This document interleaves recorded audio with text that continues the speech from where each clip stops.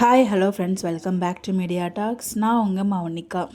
இன்றைக்கி எபிசோட் ஸ்டார்டிங்கே நம்ம விஜய் வந்து காவேரி கிட்டே பேசுகிற மாதிரி தான் இருக்குது. ஸோ நம்ம எதிர்பார்த்தது தான்.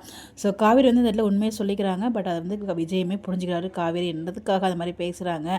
பட் வந்து நமக்கு கஷ்டமாக தான் இருக்குது. இருந்தாலும் என்ன பண்ணுறது, ட்ராக் இவ்வளோ மோசமாக மூவ் பண்ணுறாங்க, இதுக்கு எப்படா ஒரு என் கார்டு வரும் அப்படின்னு சொல்லிட்டு மனசு ஃபுல்லாக வலிச்சிட்டு தான் இருக்குது. பட் இன்றைக்கி எபிசோடில் காவேரி வந்து சொல்கிறாங்க, நீங்கள் கொடைக்கானல், ஆக்சுவலாக விஜய் வந்து கேட்குறேன் நான் கொடைக்கானல் வரேன் அப்படின்னு சொல்லிட்டு, இல்லை நீங்கள் வர வேண்டாம், எங்கள் குடும்ப பிரச்சனை நாங்களே பார்த்துக்குறோம் அப்படின்னு சொல்லும்போது, ஏன் அப்படி தனியாக பிரித்து பேசுகிற அப்படின்னு நம்ம விஜய் எவ்வளோ ட்ரை பண்ணுறாரு.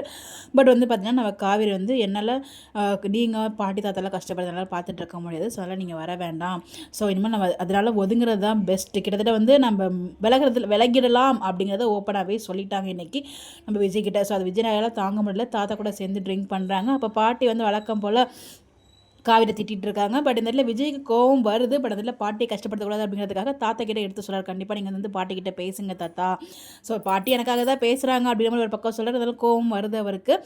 நீங்கள் வந்து பார்த்தீங்கன்னா இந்த இடத்துல இல்லைனா வந்து எனக்கு ஒரு வேளை நானும் கோவத்தில் பேசிடணும் அப்படிங்கிற மாதிரி வந்து தாத்தா கிட்டே விஜய் சொல்லிகிட்டு இருக்காரு.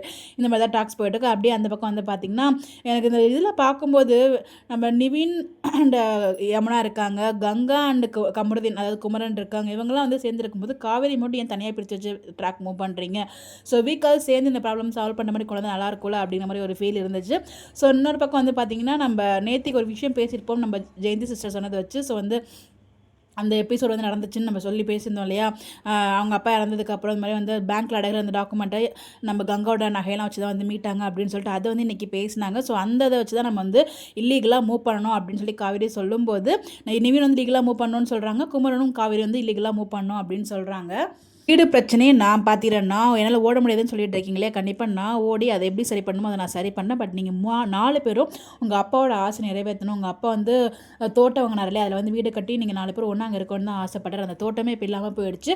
அதை விட நல்ல தோட்டம் வாங்கி நீங்கள் அதில் ஒரு வீடை கட்டி நீங்கள் வந்து 4 பேரும் அங்கே யார் எங்கே இருந்தாலும் ஃப்ரீயாக எல்லாருமே ஹாப்பியாக இருக்க டைமில் வந்து அங்கே வந்து ஸ்டே பண்ணிட்டீங்கன்னா அதுதான் உங்கள் அப்போட ஆசை நிறைவேற்றின மாதிரி இருக்கும் அப்படிங்கிற மாதிரி சொல்கிறாங்க. இது நிறைவேற்றுவீங்களா அப்படின்னு கேட்கும்போது எல்லாருமே வந்து சொல்கிறாங்க.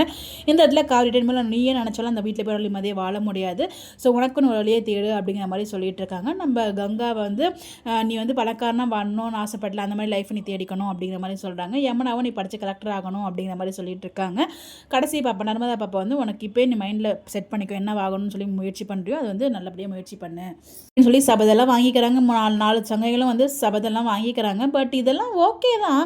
எனக்கு இன்னும் வந்து ஏன் வீக்காக பிரித்து வச்சே எல்லாத்தையும் ப்ராப்ளம் சால்வ் பண்ணணும்னு நினைக்கிறாங்க. ஸோ வீக்காக சேர்த்து வச்சு பண்ணலாமே, அதுதான் வந்து ஏன்னா நிவினும் குமரனும் வந்து பார்த்தீங்கன்னா அவங்க ஒய்ஃபுக்கு சப்போர்ட் பண்ணும்போது விஜய் மட்டும் ஏன் சப்போர்ட் பண்ணக்கூடாதுன்னு நினைக்கிறாங்க டீம் அப்படிங்கிறது எனக்கு புரியல.